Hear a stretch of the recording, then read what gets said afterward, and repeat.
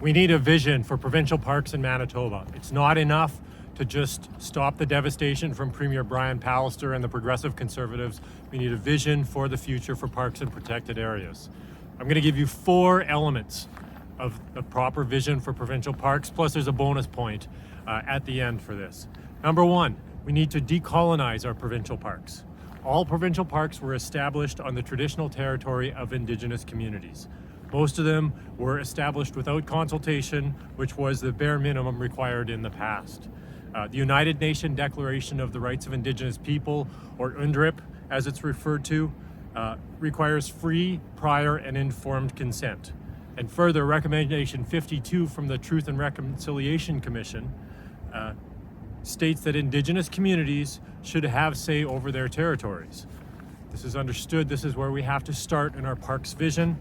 So what this means is that the changes to parks begin with the First Nations whose territory the park intersects. According to the teachings I've received, land is the heart of Indigenous culture, and our use of the land as settlers is a tool for both reconciliation and Indigenous self-determination. The reconciliation opportunity is that the place names and actions which occur in parks can be teaching moments to recognize the past and current Indigenous use of this land. 2, biodiversity. This one is very simple. All provincial parks must protect the nature, protect and nurture the natural plant and animal communities that inhabit the region. All other park systems and services must exist within the constraints of nurturing and protecting biodiversity.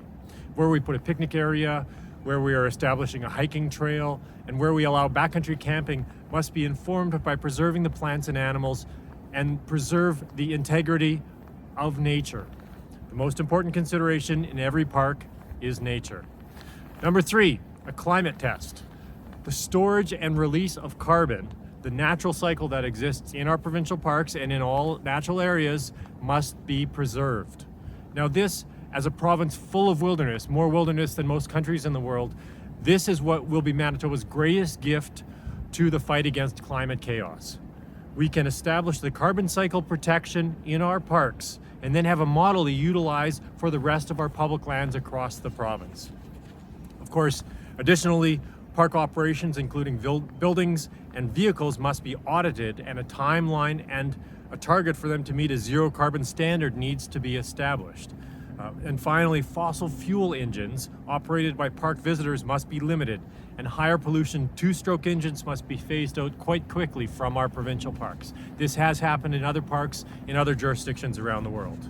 And number 4, services for people. Provincial parks are places to experience the peace and wonder of nature. The quiet and undeveloped soul of wilderness is what feeds us. But we have to make sure that people's places in parks complements nature instead of detracting from it. We know that there aren't enough trails and destinations for people in parks right now. The pandemic that we're experiencing and last summer showed us this. We need to establish more human-powered trails, that's biking, hiking, and paddling, built in a nature-appropriate way. Similarly, day-use destinations for those who don't wish to venture too far from a trailhead are needed. But the services for people have to be put 4th on our list of our vision for parks. So now the bonus point. We need more parks and protected areas. We need more of them, more of what we just described. The call for more protected areas is decades old, going back to the 80s. We haven't met the goals that we established in the 1980s. We need to do more now. The science on this is very clear. We know what our new protected areas need to include. We just laid out the elements of our park vision. If elected officials in Manitoba are not talking about those 4 elements in a park and a target and a timeline for increasing protected areas in this province, then they are failing us. In this pandemic and beyond, we need more nature, and parks will provide it. Now your steps. You need to act. Write your letter to elected officials. You can do that through wildernesscommittee.org/noprivateparksmb.